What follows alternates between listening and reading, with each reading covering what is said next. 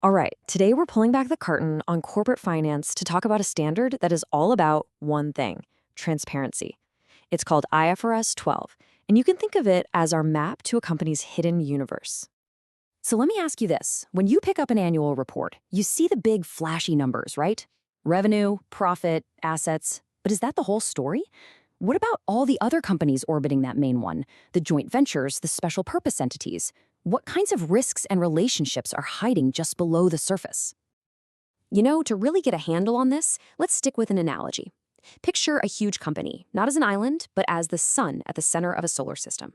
It's got planets it controls, moons it has some influence over, and maybe even some distant, weirdly shaped asteroids it's connected to. Well, IFRS 12 is the telescope that lets us see that entire system, not just the big star in the middle.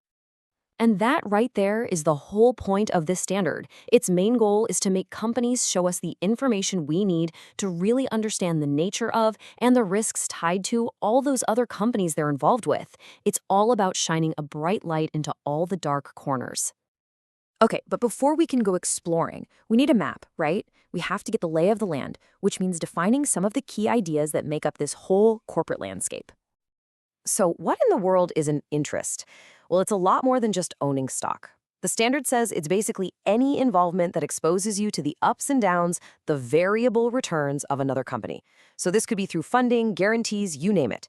It all comes down to this: if their performance affects your bottom line, you've got an interest. And IFRS 12 basically sorts all these interests into four big buckets. Think of them as the main players in our corporate universe. We've got subsidiaries, joint arrangements, associates, and those tricky, unconsolidated, structured entities. Now, here's where things get really fascinating. This isn't just a numbers game. IFRS 12 actually forces companies to tell us about the big judgment calls and assumptions their management had to make. They got to show their work. They have to explain why they decided a certain relationship was, say, a subsidiary, and not something else. And this stuff really matters. For instance, a company could totally control another one with just 40% of the vote if all the other shares are spread out. Or get this, they could own 60% and have no control because of some contract. These kinds of judgments can completely flip the financial picture on its head. So let's start our tour with the planets closest to the sun, the subsidiaries. These are the companies that the parent company directly controls. For these entities, the standard makes companies lay out a few key things. We need to see who's actually in the corporate family, what slice of the pie is owned by outsiders, that's the non-controlling interests, and, this is a big one, any roadblocks that stop them from moving cash around the group. I mean, think about it. A parent company's balance sheet might show billions in cash, but what if that cash is locked up in a subsidiary because of local laws or loan agreements? It's not really available then, is it? IFRS 12 makes sure we know about those trapped funds. Okay, next up, let's move a little further out into our universe. We're now in the world of partnerships and alliances. These are the situations where a company doesn't have total control, but they either share it or have a pretty big say. And here's the difference between the two. A joint arrangement is all about joint control. Picture two people needing to turn their keys at the exact same time to open a safe. That's joint control. An associate, on the other hand, is about significant influence. You've got a seat at the table and a loud voice, but you don't get to make the final call. So for any of these partnerships that are actually important, the standard says you have to give us the details. We get to see who they are, how they're doing financially, how big the company's stake is, and, yep, you guessed it, any rules that stop cash from moving around. It helps us figure out how important and how risky these partnerships are. All right, hold on tight. We're now heading into the most complex and sometimes darkest corner of the corporate universe: structured entities.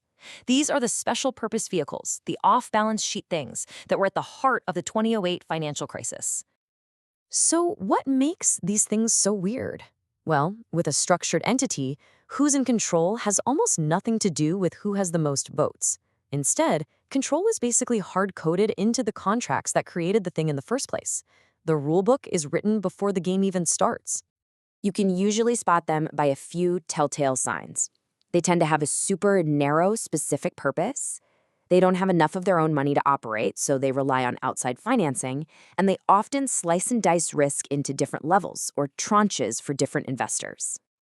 And this is where IFRS 12 is an absolute game changer. It makes companies disclose the real risks they have with these entities. And the most important line here is maximum exposure to loss. It forces a company to put a number, in black and white, on the worst case scenario. It answers the question, how much could you possibly lose?